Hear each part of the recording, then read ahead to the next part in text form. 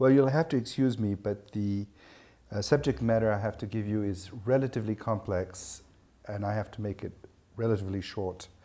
So I prefer to read than just to speak and improvise. In this presentation, I will summarize a few points of my model on the topography of the mind. I will try to explain how I distinguish awareness from consciousness and resonance from intersubjectivity. The paper has two aims. The first aim is to present a psychological model which is compatible with contemporary neurology and psychology and easily usable by psychotherapists who work in individual sessions.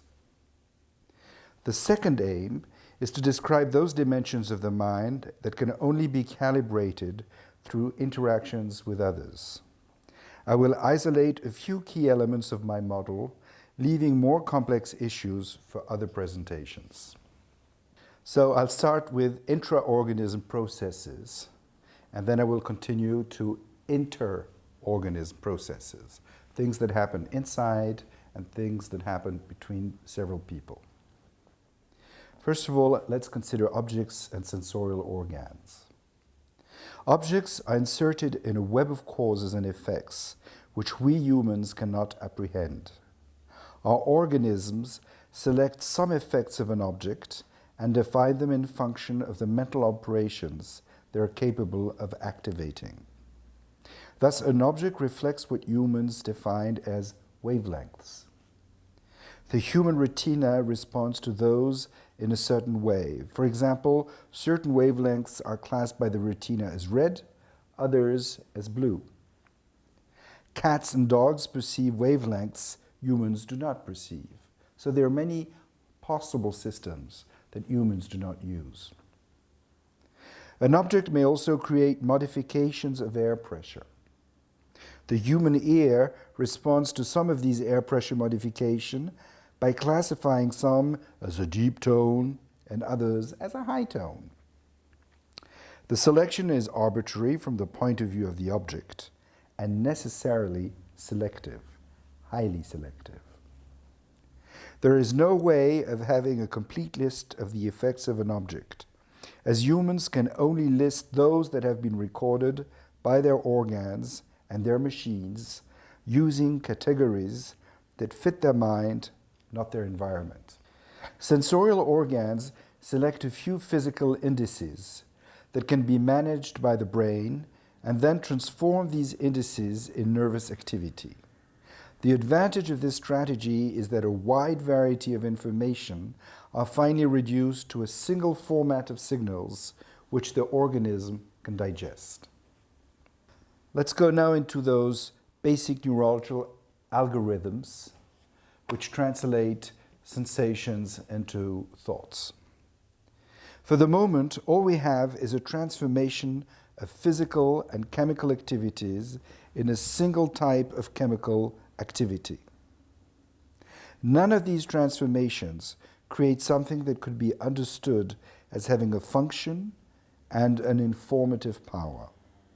The tasks of the organism is to actively transform these meaningless signals into events which the organism can react to. To achieve this task, the simplified data that enters in the nervous system is transformed into a vast quantity of derived, non-conscious inferences. This task is managed by a vast amount of highly specialized modules, which each work on a restricted algorithm. Algorithms are small routines which analyze the data in a certain way and then create a new database. For example, by watching what changes. A subroutine detects what moves and what does not move. A different subroutine will then analyze the direction of movement. Another subroutine analyzes shapes and another color.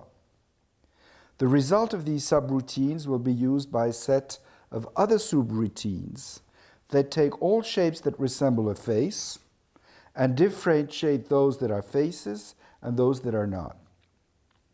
Those shapes that are assimilated to faces will then be analyzed by a variety of modules, which are about here, which will distinguish familiar faces from unfamiliar faces, hostile faces from friendly faces, etc. Each of these modules thus produce a series of analyses that interpret what has entered in the organism in a particular way and produce information that is not contained in the original data. These non-conscious inferences thus transform one set of data in 1,000 sets of data. Each algorithm is simple, but as they are numerous, they can generate a complex, multifaceted reconstruction of the environment.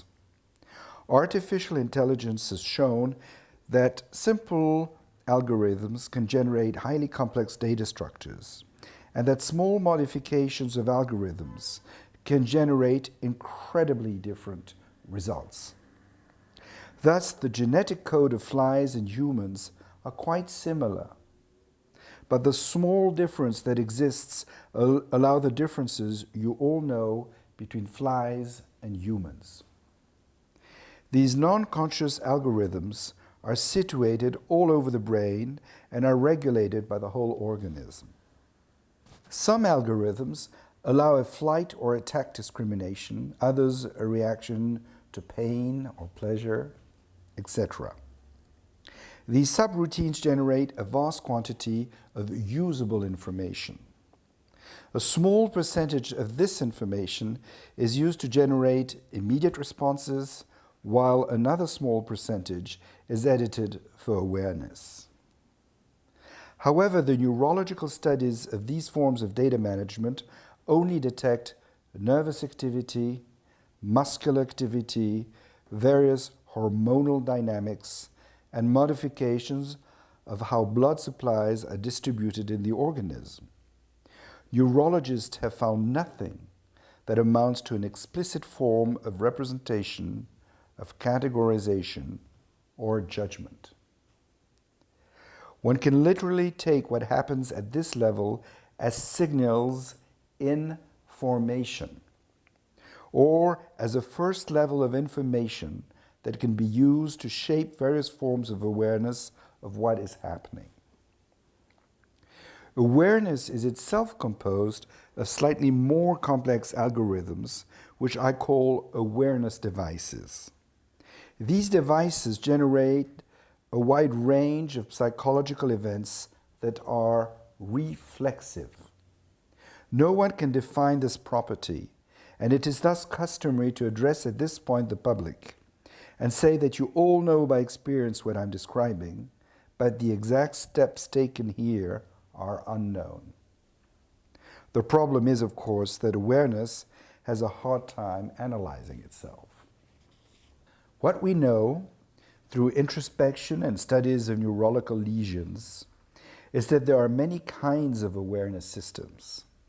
Some devices are linked to inner verbalization, others to inner images, others to inner sounds, others to inner movements, etc. All these awareness devices produce edited selections of some of the information which circulates in the organism. Each has a different point of view, summarizes data in different ways, offering different possibilities. The selection of information for each device and why a device becomes more prominent at a moment and not another depends on a vast quantity of variables that are managed non-consciously, following rules on which psychologists and neurologists have only highly partial information. The DVD picture of the screen you're watching now is made of dots. Before the image has been edited as what you experience when you look at it, physical signals have traveled from the screen to your eyes, transformed in the nervous activity by thousands of modules that extracted from the dots on the screen shapes like that of my face, my hair, and my eyes. Only after this work has been done can something like a representation of what is on the screen be experienced by you. This experience is edited with impressions that allow you to perceive the film with a certain comfort. Non-conscious editing devices have fabricated this comfort by automatically eliminating a certain number of complex issues out of your spontaneous awareness system. For example, you're not spontaneously aware that your experience of what you perceive on this screen is a construction that can only have a partial similarity to what Martians with other sensorial organs would perceive. On the contrary, your experience of this film is spontaneously produced with an inbuilt conviction that what you perceive is what is happening. This conviction is what I call a necessary awareness illusion. The material produced by awareness devices is edited by a wide range of necessary awareness illusions. A well-known illusion is that although my image of a rose forms itself in my head, I have the impression that I'm in contact with the rose that sits in front of my body. This illusion allows me to have an experience of the distance that exists between me and the rose. It is also a necessary illusion because without it, how could I walk with some security? Imagine that you do not have the impression that the ground is below your feet and that you only feel you have an image of it in your head. You know, that the feet and the ground would be in the head and you don't know what's happening there. It would be a more correct sensation, but it could prevent you from running fast enough if a lion attacks you. This is why it's a necessary illusion. Neurologists have shown that awareness emerges from the coordination of many parts of the brain, as here, and that each type of awareness mobilizes some of these parts in specific ways. This coordination is a part of the non-conscious intra-organism regulation processes which regulates awareness. The other thing we know is that experience one is aware of are constructed by extremely rapid and numerous exchange of information between relevant parts of the brain. The amount of information that is exchanged in a second to form an impression is staggering and supports the possibility that mental devices generate edited versions of some of the information that has been detected by non-conscious modules. However, this process is necessarily costly, which explains why a human organism tends to avoid using intense forms of awareness. Now I pass to the second part, which is that of consciousness, of relation between people. Until now, I was only talking of what happens inside a brain, or at least inside an organism.